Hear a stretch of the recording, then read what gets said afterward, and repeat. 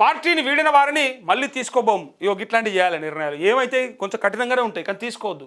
లుచ్చలను మళ్ళీ తీసుకోవద్దు అని మీ కార్యకర్తలు అంటా ఉన్నారు. ఎందుకంటే వీళ్ళు లంగలు మళ్ళా అస్తమన్నా వస్తారు, రేపు పొద్దుగాల మళ్ళీ మమ్మల్నే ఇబ్బంది పెడతారని చెప్పి అంటారు. ఎందుకంటే మీకు కూడా అవసరం ఏమనంటే రాజకీయ పరంగా లెక్కలు కావాలి. మళ్ళీ బరాబర్ మళ్ళీ అరే మనకు అందరూ ఉండాలి రాబోయ్, ఎవడైతే ఎంత రాబోయ్ దొంగలను తీసుకుందాం, లంగలను తీసుకుందాం, లొచ్చలను తీసుకుందాం, లపంగలను తీసుకుందాం అని అందరూ తీసుకుంటారు. అరే వాడు ఇంతకు ముందు మన పార్టీ కార్యకర్తలను ఇబ్బంది పెట్టినోడు, మన పార్టీ కార్యకర్తల మీద కేసులు పెట్టించినోడు, లేదా మమ్మల్ని అనగదొక్కాలని చూసినోడు, రాజకీయంగా ఇబ్బంది పెట్టినోడు, వాడు మనకి ఆపోజిషన్ లో పనిచేసినోడు అని ఉన్నా మళ్ళీ టైం మీదకి వచ్చే వరకు అంటే పదవులు అందరికీ కావాలి, అందరు రావాలి, వీళ్ళకి పెరగాలి. బలం రాజకీయం అంటే బలం. ఇవాళ రేపు అట్లా అయిపోయి ఏమంటారు కదా, నీతికి నియమానికి కట్టుబడి ఉండే కాలం పోయింది. మళ్ళీ టైం మీద వస్తా అంటే మళ్ళీ తీసుకోవాల్సిందే. అందుకే కదా ఎంతో మంది కేసీఆర్ కేటీఆర్ తిట్టిన వాళ్ళని కూడా మళ్ళీ తీసుకున్నారు. అదో స్ట్రాటజీ అంటే అదొక స్ట్రాటజీ అని చెప్తారు. కానీ దానివల్ల అక్కడ ఉన్నటువంటి కార్యకర్తలు, అంతకంటే ముందు పనిచేసిన నాయకులు చాలా మంది ఇబ్బంది పడతారు. ఇలా జీవన్ రెడ్డి మనందరికీ ఎరక, మాజీ మంత్రి జీవన్ రెడ్డి జగిత్యాల, ఆయన ఎంత ఇబ్బంది పడుతుంది తెలుసా? ఆయన సంజయ్ని చేర్చుకున్నారు. ఆయనేమో ఆయన దుకాణం ఆయన తెరుచుకున్నాడు, ఆయన ఇబ్బంది పెట్టుకుంటే తిరుగుతున్నాడు.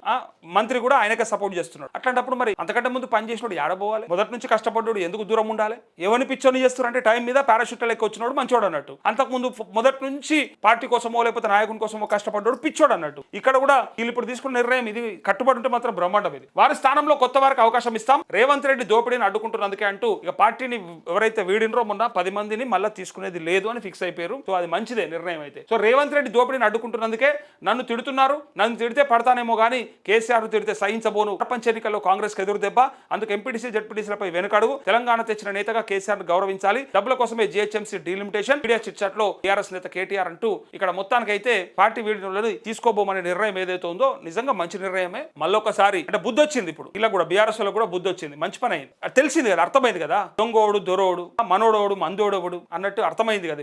ఇప్పుడు ఇక మోసపోరు, ఇక మళ్ళా మోసపోవద్దు. కాబట్టి ఇంకా ఈసారి మళ్ళీ తీసుకునేది లేదు. వాడు వచ్చి కాలు మొక్కినా తీసుకునేది లేదు, వాడు వచ్చి బాపు మళ్ళీ నువ్వేనా అన్నా తీసుకునేది లేదు, ఇక వాడు వచ్చి ఏం చేసినా తీసుకునేది లేదు. అవసరమైతే ఇంకోనన్నా తెచ్చుకొని మళ్ళా నాయకుడిలాగా తయారు చేసుకొని వాడినన్నా గెలిపించుకుంటాం తప్ప మళ్ళా వచ్చి మాత్రం వీళ్ళు వెనకస్తే అసలు ఎట్టి పరిస్థితుల్లో తీసుకోబోము అని అంటా ఉన్నారు. ఎందుకంటే ఒక ఎమ్మెల్యే ఆల్రెడీ ప్రయత్నం చేస్తుండు, మళ్ళా గూడెం మైపాల్ రెడ్డి అసంటోడు మళ్ళీ వెనకపోతే అయిపోతుంది, ఎందుకు వచ్చిన పంచాయతీ వీళ్ళు కాపాడరా వాళ్ళు ఉంచుకోరా. ఎట్లా అయిపోయిందంటే అడకత్తెరల పోక చెక్క లెక్క అయిపోయింది అలా పరిస్థితి. మళ్ళా ఎన్నికలకు పోతే రాజీనామా చేసి పోతే గెలుస్తారో లేదో తెలియదా, మళ్ళీ టికెట్ వస్తుందో రాదో గ్యారంటీ లేదా, ఏ పార్టీ ఇస్తుందో తెలియదా, వీళ్ళేమో లేనంటివి ఉన్నోడేమో పట్టించుకోకపోయా. ఎట్లా అయిపోయిందంటే ఏదో అంటారు కదా, ఇక అది భూత సామెతలు ఉంటాయి కొన్ని, అది అన్ని చెప్పలేము మనము ఓపెన్ గా. ఎందుకు వానికి రానోడా ఇంటికి అట్లా ఎటు వానికి రానోడా అయిపోయింది. ఇక మూసి చుట్టూ 3 కార్పొరేషన్లు అంటూ హైదరాబాద్, సికింద్రాబాద్, సైబరాబాద్ తో పాటు ఒక్కో కార్పొరేషన్ లో 100 వార్డులు, 3ంటికి 3 మేయర్లు, జనవరిలో తుది కార్పొరేషన్, ఏప్రిల్ మేలో సన్నాహాలకు ఎన్నికలకు సన్నాహం అంటూ ఇక 3 కార్పొరేషన్లు మూసి చుట్టూ 3 కార్పొరేషన్లు ఇప్పటి నుంచి ఇక ఒక్క కార్పొరేషన్ కు 100 వార్డులు పెట్టి 3 మేయర్లు అట, 3 మేయర్లు. ఇక హైదరాబాద్ కు ఒక మేయర్, సికింద్రాబాద్ కు ఒక మేయర్, సైబరాబాద్ కు ఒక మేయర్. ఇది ఒక వార్త